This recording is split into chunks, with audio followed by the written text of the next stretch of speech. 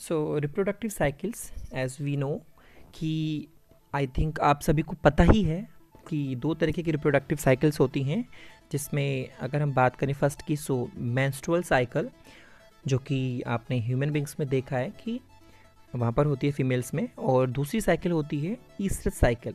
Okay, सो जिसको हम heat cycle भी बोलते हैं, जो कि एनिमल्स में मिलती है, जैसे कि काओ, शीप, डियर, रैट, इनमें डॉग्स, इन चीज़ों में मिलती है एनिमल्स में।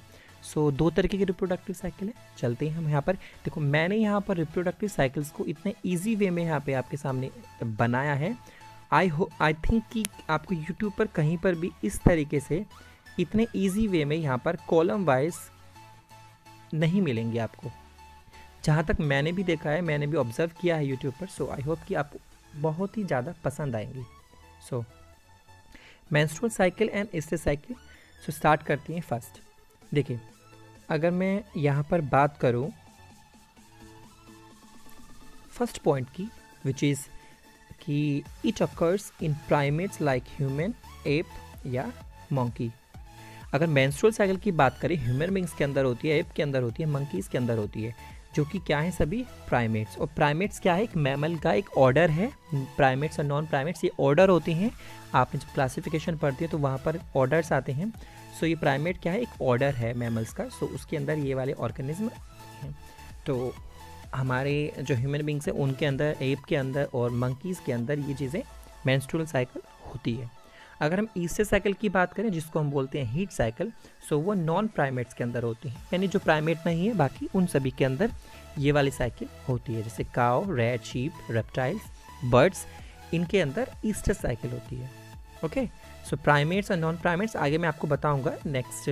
इसमें देखेंगे कि प्राइमेट्स और नॉन प्राइमेट्स क्या होते हैं, आपको पता चल जाएगा कि प्राइमेट्स वो होते हैं जो कि having large brain, for brain, उनका जो ब्रेन होता है वो कैपेसिटी, उसके जो वॉल्यूम होता है वो ज़्यादा अच्छा होता है, ज़्यादा बड़ा होता है। और नॉन प्राइमेट्स का स्मॉल ब्रेन होता है। सो उनकी जो वॉल्यूमिनेट पावर जो होती है वो कम होती है। अगर हम प्राइमेट्स की बात करें तो वो इंटेलिजेंट होते हैं। ओके, सो और अगर हम बात करें नॉन प्राइमेट्स की तो वो इतने इंटेलिजेंट नहीं होते। जैसे अगर काउ से या इन चीज़ों से कंपेयर करें और हम अपने आप को, सो हम ज़्यादा इंटेलिजेंट होते हैं। अगर हम बात करें उनकी जो पावर होती है, किस तरीके पर ज़्यादा वो फोकस करते हैं, सो दे रिलाई ऑन विज़न। हमारी जो पावर विज़न है वो काफ़ी अच्छी होती है। लेकिन ये अगर किसी चीज़ को महसूस करते हैं, किसी चीज़ को जानने की कोशिश करते हैं, तो वो इनकी पावर होती है स्मेल। ओके, सो अगर हम साइकिल्स की बात करें कि रिप्रोडक्टिव साइकिल कौन सी यूज़ करते हैं प्राइमेट्स और कौन सी यूज़ करते हैं नॉन प्राइमेट्स, तो प्राइमेट्स के अंदर यूज़ होती है मेंस्ट्रुअल साइकिल, जैसे कि अभी पीछे भी हमने देखा है, और नॉन प्राइमेट्स के अंदर होती है ईस्ट्रस या हीट साइकिल। ओके, सो अगर हम बात करें प्राइमेट्स जो होते हैं वो कॉन्टीन्यूस ब्रीडर्स होते हैं। कॉन्टीन्यूस ब्रीडर्स का मतलब है कि जो कंटिन्यूसली, उनके लिए कोई एक टाइम नहीं होता, एक सीज़न नहीं होता कि इसके दौरान ही वो मेंस्ट्रुअल साइकिल करेंगे, तो उनका कोई टाइमिंग नहीं होती, वो पूरे साल में कभी भी ब्रीडिंग कर सकते हैं। सो इसलिए उनको हम बोलते हैं कॉन्टीन्यूस ब्रीडर्स।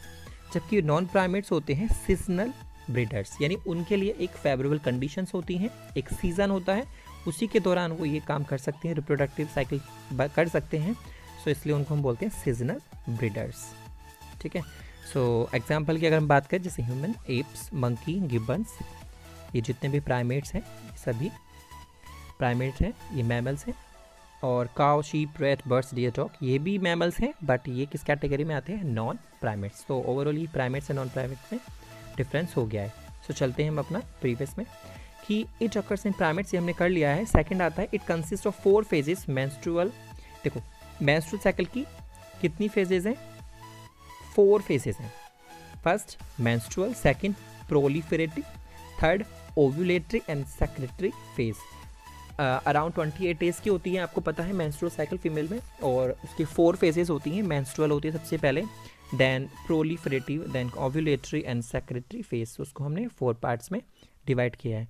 जबकि अगर हम ईस्ट्रस साइकिल की बात करें या हीट साइकिल की बात करें, तो it consist of short period, oestrus और हीट जिसको हम बोलते हैं, फिर उसके followed by anoestrus cycle, then passive period जो कि लगभग सिर्फ हीट पीरियड जिसको हम बोलते हैं वो 12 घंटे से 24 घंटे के बीच का होता है, अगर हम काउ की बात करें उसके अंदर। सो इसकी जो टाइमिंग है वो बहुत ही ज़्यादा शॉर्ट पीरियड होता है। हीट साइकिल होती है लगभग 24 घंटे के लिए, 12 घंटे से 24 घंटे के लिए, और हीट्स ख़त्म होने के बाद फिर उसके दोबारा ईस्टस की जगह दोबारा से वह नॉर्मल हो जाता है, दैट मीन्स कि एन एस्टस हो जाता है। सो दोबारा से उसका पैसिव पीरियड आ जाता है। सो ओवरऑल ये था ईस्टस। थर्ड पॉइंट की बात करें अगर हम यहाँ पर, सो वो है कि females do not show strong irresistible sexual अर्ज, कि जो फीमेल्स होती हैं मेंस्ट्रुअल साइकिल वाली, उनके अंदर सेक्सुअल अर्ज जो होती है वो पूरी अपनी मेंस्ट्रुअल साइकिल में जो 28 डेज़ का टाइमिंग है उसके अंदर नहीं होती। ओके, सो स्ट्रॉन्ग जो पावर होती है कॉपुलेशन करने के लिए, जो पावर आती है वो इनके अंदर ऐसा नहीं है कि स्ट्रॉन्ग होती है, तो वो नॉर्मल होती है। लेकिन अगर हम हीट साइकिल की बात करें, ईस्टस साइकिल की, तो उनके अंदर जो पावर होती है सेक्सुअल, वो जो 12 से 24 घंटा है उसी के दौरान उनके अंदर होती है, यानी उसी के दौरान वो कॉपुलेशन कर सकते हैं। सो उनके अंदर बहुत ज़्यादा पावर सेक्स के लिए होती है। अगर हम बात करें नेक्स्ट पॉइंट की, so they do not show heat production, यानी अगर हम मेंस्ट्रुअल साइकिल वाले फीमेल्स की बात करें तो उनके अंदर जो हीट प्रोडक्शन है वो हीट एक नहीं बनकर आती, यानी जो बॉडी का नॉर्मल टेम्परेचर होता है, सो यही temperature through out the menstrual cycle वो बना रहता है। अगर 28 डेज़ की है, सो 28 डेज़ तक वो हीट जो टेम्परेचर है वो नॉर्मल ही रहता है, ऐसा कुछ नहीं है कि बढ़ जाता है। सो इसलिए मतलब हीट प्रोडक्शन नहीं होती। लेकिन अब बात करें ईस्टस में, तो वहाँ पर हीट प्रोडक्शन कब होता है तेजी से, जो हीट बनती ईस्ट्रस बनती है वो होता है at the time of ovulation. जब ओव्यूलेशन का टाइम आता है, ओव्यूल का बनने का टाइम आता है एग्स का, सो तब वहाँ पर हीट प्रोडक्शन ज़्यादा होती है, इसीलिए हम उसको हीट प्रोडक्शन बोलते हैं, क्योंकि टेम्परेचर ज़्यादा इंक्रीज बॉडी का हो जाता है।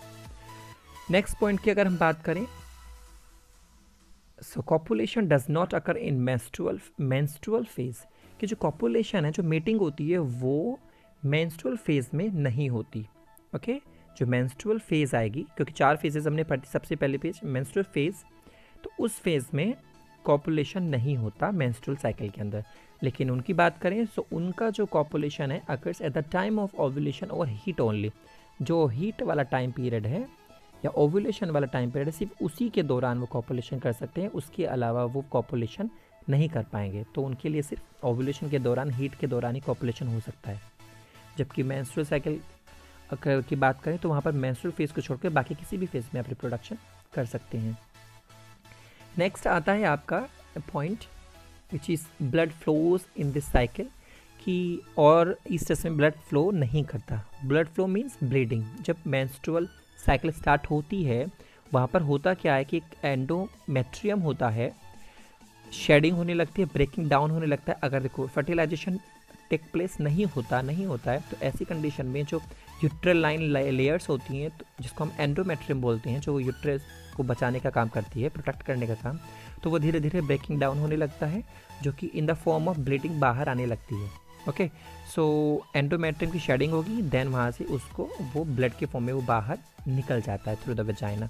सो ब्लडिंग यहाँ पर होती है। लेकिन अगर ईस्टर साइकिल की बात करें तो वहाँ पर ब्लडिंग नहीं होती। हाँ, shedding occurs but not bleeding as endometrium reabsorb, कि शेडिंग तो होगी, एंडोमेट्रियम की जो लेयर है वो तो टूटेगी, लेकिन वो बाहर नहीं जाएगी ब्लीडिंग के फॉर्म में, वो सिर्फ रीएब्सॉर्ब हो जाती है, दोबारा से बॉडी के अंदर एब्सॉर्ब हो जाती है, तो वो ब्लीडिंग वहाँ पर नहीं होती। इसलिए अगर हम नेक्स्ट पॉइंट की बात करें जो कि है last point, they are continuous breeders as they are reproductively active throughout their reproductive phase. Reproductive phase आपने पढ़ा है 3 फेज होती हैं, तो रिप्रोडक्टिव फेज के दौरान कॉन्टिन्यूस ब्रीडर्स बोलते हैं हम मेंस्ट्रुअल साइकिल वाले जो एनिमल्स होते हैं। क्यों? क्योंकि उनके अंदर जो रिप्रोडक्शन वाली जो पावर होती है वो पूरी जो उनकी रिप्रोडक्टिव फेज होती है, जब तक भी वो रिप्रोडक्टिव फेज रहेगी उनकी, जितने भी साल तक वो रहने वाले हैं 40-45 साल, तो वो उनके अंदर कंटिन्यूसली पूरे साल भर रहेगी, पूरे रिप्रोडक्टिव फेज में रहेगी, ऐसा नहीं कि 1-2 बार ही। लेकिन ईस्टर साइकिल की बात करें तो वो होते हैं seasonal breeders, because they are reproductively active during favourable seasons of their reproductive phase, कि जो कंडीशंस आती हैं, फेवरेबल जो कंडीशंस होंगी उन्हीं के दौरान वो रिप्रोडक्टिवली एक्टिव होंगी और तभी उनके अंदर रिप्रोडक्शन होगा, ओके, कॉपुलेशन होगा।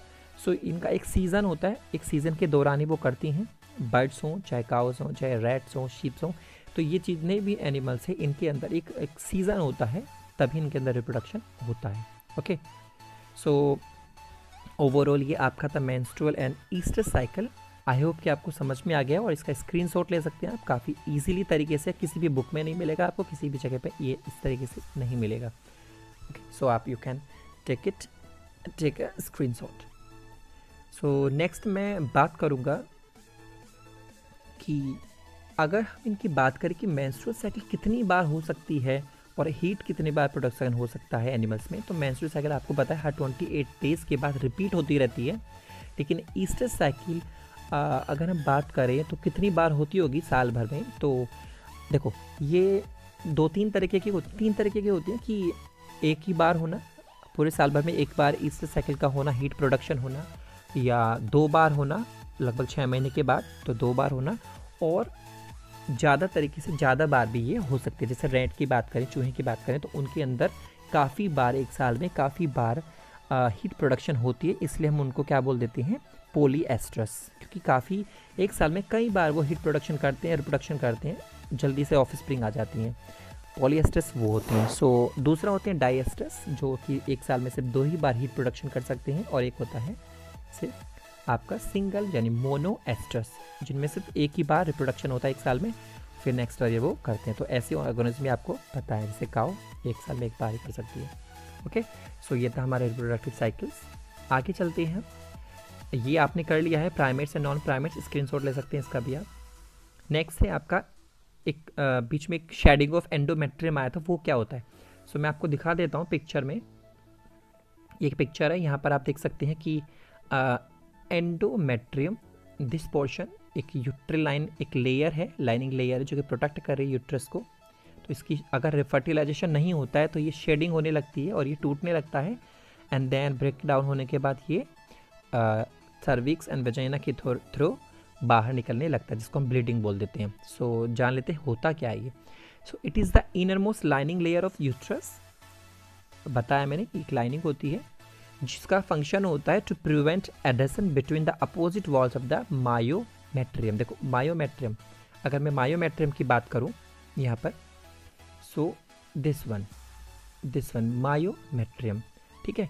तो ये जो लेयर है मायोमेट्रियम की एक दूसरे से चिपक ना जाएं, उसको बचाने का काम है एंडोमेट्रियम का, ताकि ये जो अपोजिट वॉल से एक साथ चिपक गई, एडेसिव हो गई, तो प्रॉब्लम क्रिएट हो जाएगी, तो उसको रोकने का काम भी किसका है, एंडोमेट्रियम का। ओके, सो अब मायोमेट्रियम क्या है। So it is the middle layer of uterine wall, middle layer है जिसको कंसिस्ट होती है यूट्राइन स्मूथ मसल सेल्स की, जो स्मूथ मसल सेल की बनी है, देखो ये वाला पोर्शन। सो मायोमेट्रियम है। सो आई होप कि आपको समझ में आ गया हो कि मायोमेट्रियम और एंडोमेट्रियम क्या होते हैं, किस तरीके से ये दोनों साइकिल में काम करती है। तो आई होप कि आपको समझ में आ गया होगा पूरा चैप्टर, और वीडियो को ज़्यादा बड़ा भी नहीं करूँगा कि ताकि आप थोड़े अनकंफर्टेबल फील ना करें वीडियो, तो इसीलिए मैंने इसको थोड़ा छोटा करके ही आपको बहुत इजीली तरीके से बना कर दिखाया। तो आई होप कि आपको सभी टॉपिक्स इजीली समझ में आ गए होंगे, साइकिल्स के भी, प्राइमेट्स नॉन प्राइमेट्स आपका। सो रिप्रोडक्टिव फेज आपकी, we have done your reproductive phase. If you like the video, so you can like, share, comment and subscribe. Please subscribe कीजिए. Thank you so much. Stay home, stay safe.